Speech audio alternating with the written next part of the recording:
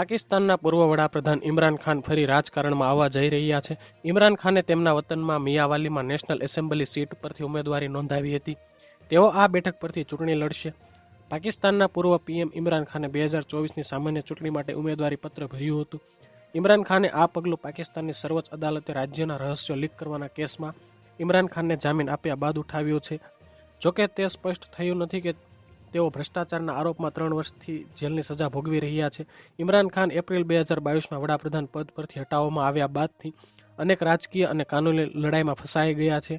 આદેશમાં કહેવામાં આવ્યું છે કે ચૂંટણીના સમયગાળા દરમિયાન ઇમરાન ખાનની જામીન પર છૂટવાથી સાચી ચૂંટણીઓ સુનિશ્ચિત થશે અને આ રીતે લોકો તેમની ઈચ્છા વ્યક્ત કરવાના તેમના અધિકારોનો અસરકારક અને અર્થપૂર્ણ ઉપયોગ કરી શકશે. તો હાલ માટે આટલું જ રાખીએ છીએ. જો તમને અમારા વિડીયો પસંદ આવતા હોય તો વિડીયોને લાઇક કરજો, ચેનલને સબસ્ક્રાઇબ કરી બાજુમાં આવેલું બેલ આઇકન પ્રેસ કરજો, જેથી તમને અમારા વિડીયોની નોટિફિકેશન્સ મળતી રહે.